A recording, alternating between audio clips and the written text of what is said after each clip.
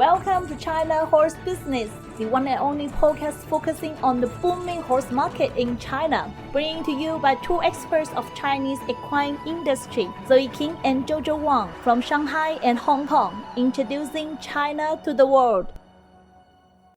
Hey Jojo, how are you?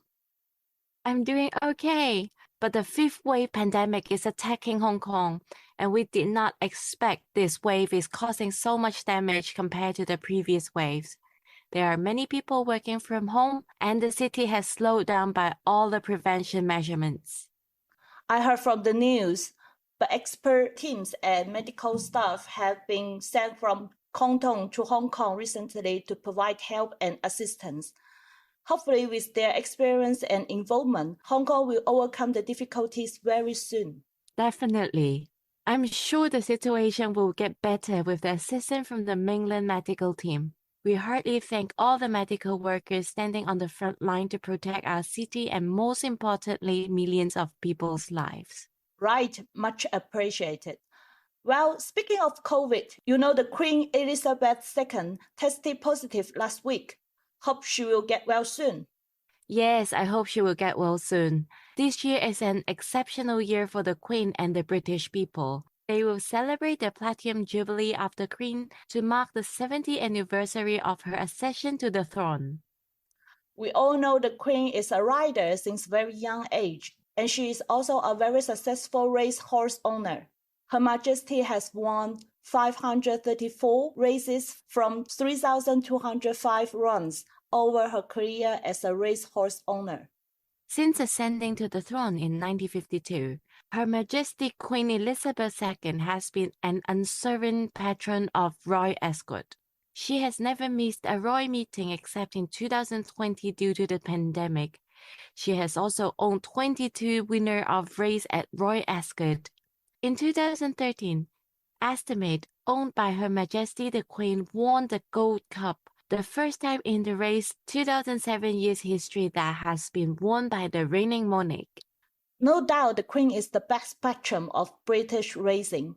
In this special year, the industry body dedicated to guiding and growing global investment into British horse racing, the Great British Racing, aka GBRI, made a great move towards Chinese horse lovers. Let's see what is going on in today's China news. On February 9th, the GBRI organized a lunch banquet at one of the British more prestigious private clubs, the Annabelle's Club, and around 30 Chinese guests were invited to attend the event. At the event, GBRI announced to the establishment of the Dynasty Racing Club. The Dynasty Racing Club aims to create a platform for Chinese and British racing enthusiasts to enjoy and share their experience in racing, breeding, and investing in Britain racing world. By organizing regular events and providing exclusive experience for its members.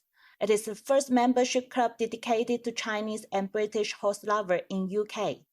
Members of the Dynasty Club will enjoy series of events throughout the year. They will be able to access in big race day, visit stables, attend educational conference, etc. Basically everything they need to know to enjoy the UK racing. The Honourable Harry Herbert, CEO of Highclere Thoroughbred Racing and of the Royal Ascot Racing Club and coordinator of the Cartier Racing Awards, is appointed president of the Dynasty Racing Club. He is a very important figure of the British racing community. Yes, and we will follow up on the activity of the Dynasty Racing Club. Hope it will create new energy and contribute to the UK-China exchange in the racing sector. All right, now let's have a look at our China club today, Crescent Hills Equestrian Club in Fujian Province. The club is located in hot spring resorts named Crescent Hill in Zhangzhou City, Fujian Province. The facility covers 26,000 square meters of the construction area, with indoor and outdoor training arena for jumping and dressage. They own over 30 horses including ponies, warm bloods, and retired thoroughbred.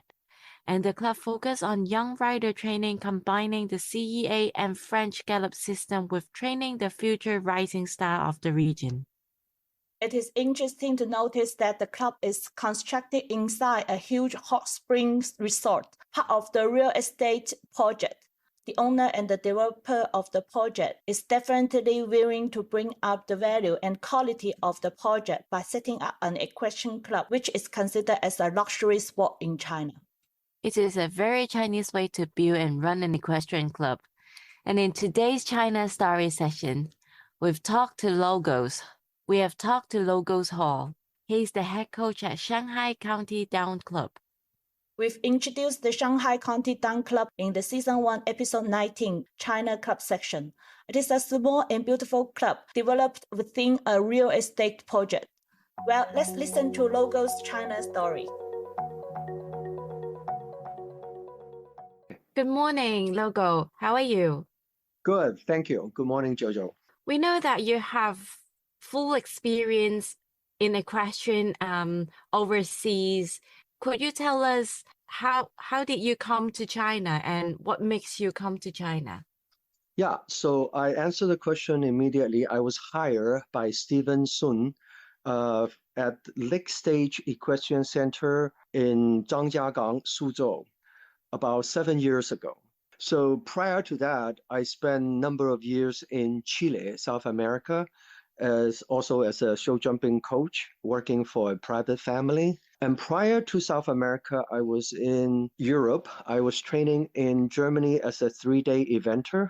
Prior to that, I started to ride when I was in teenage in California. And I started hunter equitation, which allowed me to have a very strong basic. And while I was doing training, I ended up learning to fox hunt because most of the cross-country jumping require quite a bit of the horse is confident, the horse can navigate the cross-country unevenness ground.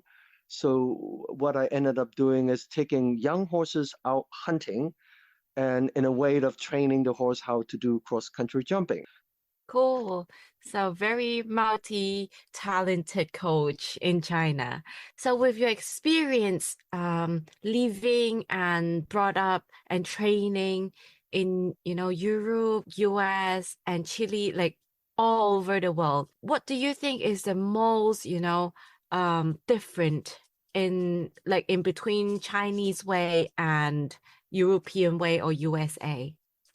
Yeah, very good question. I think by having these different experiences in different country, riding different type of horses, my conclusion is that there is no one specific way.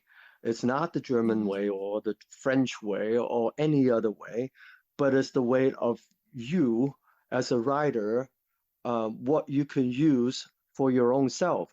So in China market at the moment, many of us have been influenced by either the French or the German or the English. They come in and they say, well, this is the way we do things, and that's the way you should be doing. There's nothing wrong with that, but I always would like to tell people that over time, you will find that you could have some of the German ways, some of the English ways, and some of the whatever ways become your way. And I think that would be the the ultimate goal of each individual rider, is to find the best that works best for you. So you are saying that in Chinese equestrian clubs, it's always a mixture of systems and all the riding ways, riding methods in China, because it's a new thing in China. We don't really have a basic idea of what it is about. So we just imported many different ways and ended up maybe Chinese stables, Chinese equestrian clubs, and riders, they choose or they mix up a little bit everything and come up with their ways. Yeah, exactly. You take the best of every system. I sometimes have a saying for people. I said, I have the German legs, I have the French hand, and I have the American body. But other riders might find that they would be more German body as well as the leg, or they might be, focus on one side or emphasize on one system over another. So I think China is it's like a sponge. It's Mm-hmm. absorbing all the different parts of the world.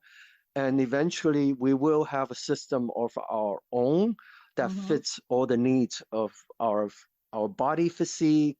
At the moment, we don't have our own sport horse to Mm-hmm. speak of, but I think that will be in the future as well. Yes, right. Okay. Now you are the head coach at Shanghai Conti-Down Club, which is a very small and beautiful, I would say, very luxury club in the heart of Shanghai, Pudong.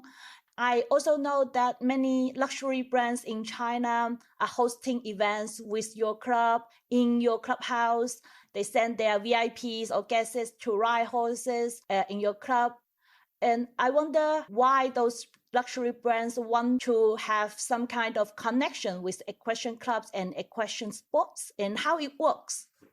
Yeah, in China, horse riding or equestrian club to most people is still somewhat upper class royalty. It's not so common. It's just Mm-hmm. like hacking in the field. It's not like that. They still think of it as a wealthy people's sport. Mm-hmm. So when they think of it like that, obviously they associate the luxury brands, the sports cars, the jewelry, all the stuff that being wealthy. So Mm-hmm. it kind of comes hand in hand. Mm-hmm. And the luxury brands have been quite successful in China. So the reason why we established our club, being in an upper class, we thought that to keep the culture and keep a little bit of this upper class is actually important to have that set up high and say, hey, the expectation to become a good equestrian is not just wealthy, but to have the culture, to have some understanding of the Mm-hmm. culture. It's not just because it's expensive. Mm-hmm. So when they combine the lifestyle, it's not just a car. Now the horses is part of your lifestyle, and Mm-hmm. that's why we're promoting it. So when we do these events, the luxury car people have a lot of clientels already. They have their Ferrari club, they have their Bentley club. By adding the element of the royal sport, such Mm-hmm. as the equestrian, Mm-hmm. to their luxury car, it Mm-hmm. kind of make it even more so and brings their clientele into into the real lifestyle. It's not just the cars. So Mm-hmm. the luxury lifestyle is not just car. It's cars, horses, jewelry, perhaps food, Mm-hmm. wine. So Mm-hmm. many of our events have the English afternoon tea, we have Mm-hmm. wine, we have food. So we create the whole ambient and environment for them to really enjoy what we call a complete lifestyle. It's not just the cars, it is a lifestyle. So when they come, they would enjoy our clubhouse, they will enjoy the food, and I normally give a bit of a talk about Mm-hmm. horses, the history of the horses, the Mm-hmm. history of equestrian, why there's an equestrian, and I normally even dressed up as a master, hunter, uh, Mm-hmm. attire so that they can see, oh, there's also the culture of clothing. It's the attire that is also part of it. It's not Mm-hmm. just the horses, it's Yeah. everything. They have a chance to get on a horse, we let them around, Mm-hmm. let them have a time to take pictures. Mm-hmm. And obviously, it's a social media era, so Mm-hmm. people love to take pictures. Yeah. And I think this is part of the introduction to many of the people who are not familiar with the lifestyle of Mm-hmm. equestrianism. The important message here is that you have to not only be a very good rider, coach, but also a good storyteller. I think as every position, you need to be a little bit of a storyteller. I think to spread a message or to let people know something, you need to say things that they can understand, Yeah. and you could be part of them. It's, you don't need to be so high up that they cannot understand you anymore, and Yeah. then you lose the chance to communicate. So Yeah. yeah, you're right. Yeah. A very good communicator and connecting people around you. So Logos Ho, thank you very much for coming to our programs today, and it's very exceptional and very interesting experience you have in China, and of course, very impressive background you have overseas. Thank you very much for having me. Thank you, Logos. Guys, if you're interested in knowing more about Shanghai County Down Club, especially their unique and innovative business model, please go back to Season 1, Episode 19. It will definitely help you to better understand the landscape of Chinese equestrian clubs, in particular when it comes to the use of land in China. Well, guys, don't forget to subscribe to our podcast and leave us comment. It helps us to promote this program so that more people from the industry can listen to our podcast and get to know more about the equine market in China. We would appreciate it if you could help us with this. We will keep on going in bringing more updated information and market insights to you in this weekly podcast. Okay, Jojo, you take care. We speak again on next Monday. All right, you too. See you. This podcast is co-hosted by Zoe King and Jojo Wang, powered by Wonder Horse, a business solution provider focusing on Chinese equine market and a bespoke equine community in China.